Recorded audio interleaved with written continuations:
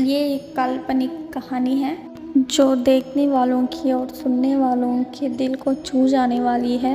एक बार स्वर्ग में विचरण करते हुए कृष्ण और राधा एक दूसरे के सामने आ गए। प्रसन्नचित्त सी राधा कृष्ण सकपकाए और राधा मुस्कुराई। इससे पहले कि कृष्ण कुछ कह पाते, राधा बोल उठी, कैसे हो द्वारकाधीश।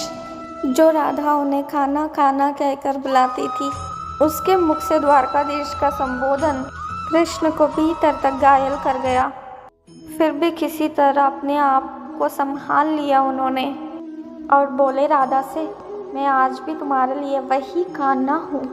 तुम तो मुझे द्वारकाधीश मत कहो, आओ बैठते हैं। कुछ मैं अपनी कहता हूँ, कुछ तुम अपनी सुनाओ। सच कहता हूँ राधा, जब भी तुम्हारी याद आती, इन आँखों से आंसुओं की बूंद निकल आती। राधा बोली, मेरे साथ ऐसा कुछ नहीं हुआ, ना तुम्हारी याद आई, ना आँखों से आंसुओं की बूंद आए, क्योंकि हम तुम्हें बोले कहाँ थे जो तुम्हें याद आते। इन आँखों में तो सदा तुम ही थे। कहीं आंसुओं के साथ निकल ना जाओ, इसलिए रोते भी नहीं थे। कान्हा, प्रेम से अलग होने पर तुमने क्या खोया, इसका आईना दिखाऊं तुम्हें। कुछ कड़वे सच प्रश्न सुन पाऊं तो सुनाऊं। कभी सोचा है इस तरक्की में तुम कितना पिछड़ गए। यमुना की मीठे पानी से जिंदगी की शुरुआत की, समुद्र के खारे पानी तक पहुंच गए। एक उंगली पर चलने वाली सुदर्शन चक्र पर भरोसा कर लिया, 10 उंगलियों पे चलने वाली बांसुरी को भूल गए। कान्हा, जब तुम प्रेम से जुड़े थे तो जो उंगली गोवर्धन पर्वत को उठाकर लोगों को विनाश से बचाती थी, प्रेम से अलग होने पर वही उंगली क्या क्या रंग दिखाने लगी। सुदर्शन चक्र उठाकर विनाश के काम आने लगी। कान्हा और द्वारकाधीश में क्या अंतर होता है बताऊं। कान्हा होते तो तुम सुदामा के घर जाते, सुदामा तुम्हारे घर नहीं आता।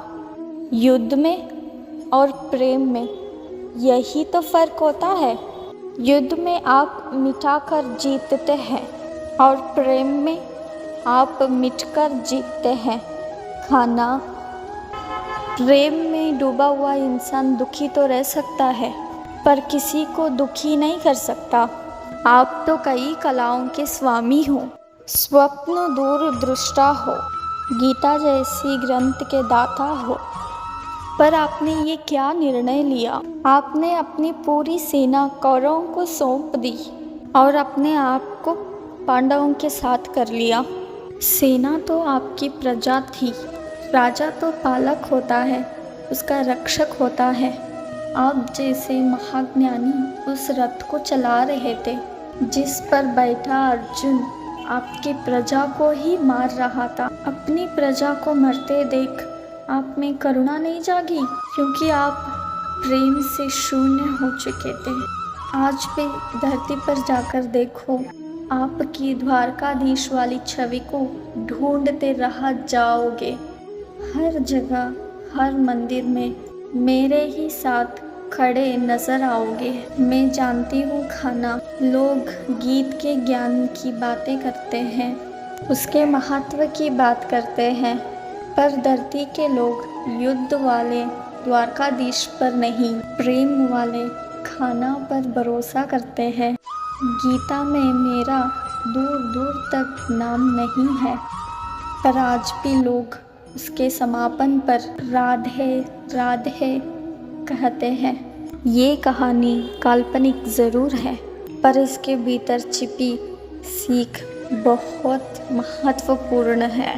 श्री कृष्ण के पास कभी किसी प्रश्न का उत्तर ना हो, ऐसा तो हो ही नहीं सकता, परंतु राधा द्वारा लगे गए प्रश्न चिन्हों पर कान्हा मौन रहे। यही तो है प्रेम में समर्पण का भाव। पराक्रम में हमें हर किसी को हराना होता है, तब भी हम जीत कर भी हार जाते हैं, परंतु प्रेम में एक ही कईयों का दिल जीत लेता है। सही कहा है कि छोटी सी उंगली पर पूरा गोवर्धन पर्वत उठाने वाले भगवान श्री कृष्ण छोटी सी बांसुरी को दोनों हाथों से पकड़ते थे। तो इस कथा को मैं यहीं पर रखती हूँ और भी बहुत सारे कथाओं को मैं आपके सामने लाने की कोशिश करूँगी। अगर आपको मेरी इस कथा अच्छी लगी तो प्लीज़ लाइक और शेयर सब्सक्राइब करो। धन्यवाद। Thank you.